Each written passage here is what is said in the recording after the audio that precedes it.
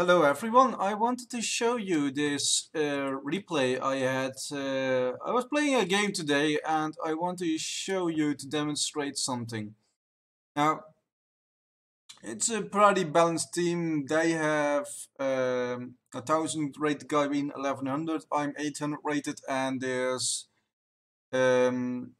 there's another 800 rated guy on our team. They have a 900 guy to compensate a bit of imbalance otherwise because of the 100 higher rated guy. So this replay is interesting. It can show that even a well calculated move by the enemy, if anticipated correctly, can actually mean disaster for the enemy team. Now in this match I was having a very simple tactic. Try to stalemate the fight here and then rush up technology tier 3 and steamroll it with high tier units. That was my idea. The enemy team on the other hand has a different plan. As you can see, I'm the only one initially moving my commander forward. He will move it later on. In the meantime, this side is pushing their commanders forward. Now, the thing is, you see them pushing all three forward, and they seem to be a bit more coordinated than our team. He's trying to grab as much economy early on as possible. He's gonna need it. Now, in this case, you can see clearly that their team,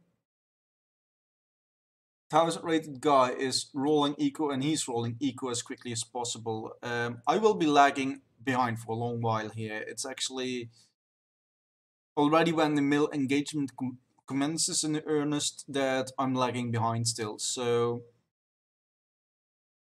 but our team, I can tell, will win. But I want to explain how. Now, you see, this scout is going to be the one which I think won us the game actually. A silly T1 scout won us the game probably.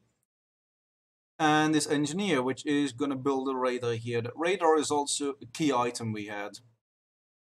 And the scout scouted until it detected this being built.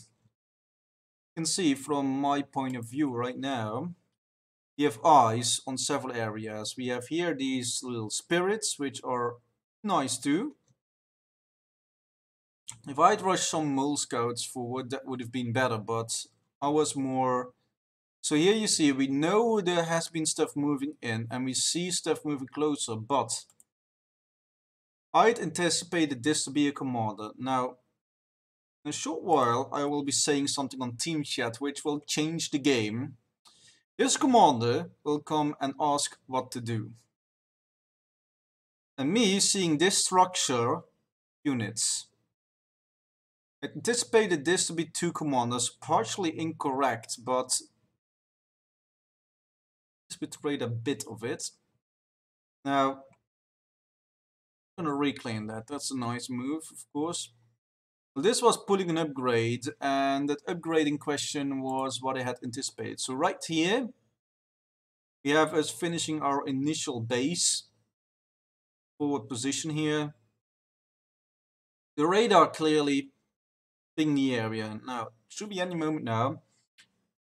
I tell on the team chat, I expect a Seraphim player to go gun commander. Now, that anticipation, because of them moving all three commanders forward, which we had noticed in the game, will prove to be correct. You see the glittering particles around the, for our point of view, left arm, so in the commander's point of view, right arm.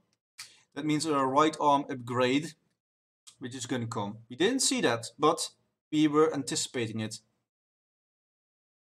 Now, he's asking if I wanted to go range, and I say rather T2. And why T2? That's what I will explain. T2 guns, that's the important part, really.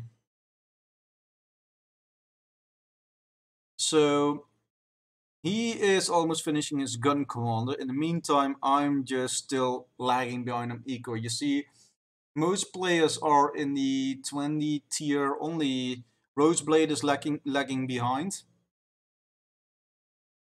So when I'm pushing mass extractor updates, or was pushing them, I have one done, the second now being laid down. Meantime, up front here, seems to be something going to start happening. Now, I will keep pointing this from my point of view. This was a crucial thing which I detected. This is a movement speed of either a tank, engineer, either a slow tank, which couldn't be in this moment of the game.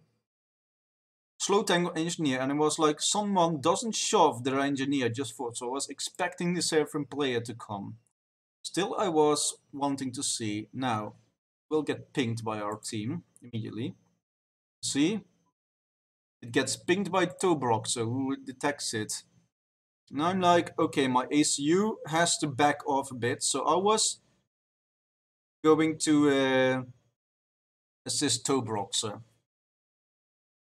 So I was wanting him to reach T2 in any case, and Tobrok, until this point, has been mass stalled.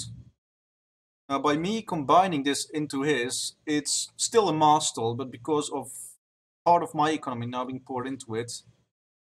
So I was thinking, okay, we saw air fly over, so my idea was anti-air, it's going to be more important to me. So right here, we're pushing T2 PD ASAP. Now I just let him calmly waste his time shooting this. I'm like, I don't care. Isn't going to give him a veterancy by a long shot, so... Now we killed the factory finally. Gets one veterancy, 2. Now the Oblivions. It bought us valuable time to get Oblivions done. They decide move in all commanders. But there's a big problem for them there. He's like, I'm taking damage, so they got all commanders moved up front.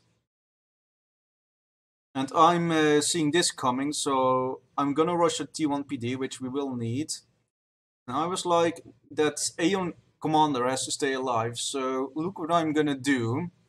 Incoming damage on him is really high, it's melting, but he's moving away because I'm trying to push some units. I'm standing in the way, eating the damage, because my regen is higher than his.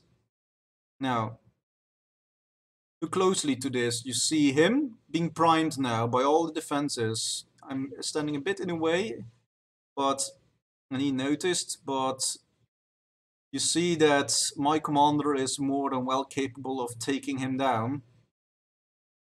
I'm staying inside the fight even though I'm solo versus 3 commanders. There's now some additional firepower coming in and I'm like, he's toast. I'm overcharging against him, increasing my damage slightly. I got out on 1k HP. Now,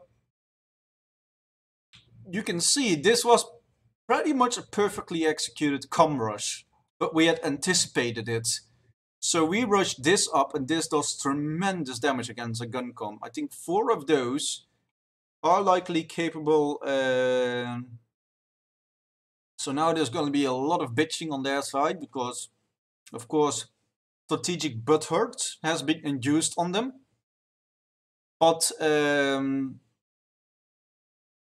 yeah, so they are shouting at each other like crazy, and the thing is here that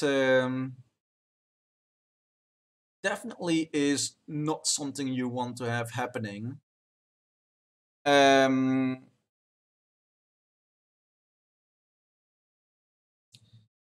So the first 7 minutes of the game actually decided that this team could still win, but they would have to push air, T2 air and snipers off. They could have won then. They could have sniped 2 commanders off and I would have been toast.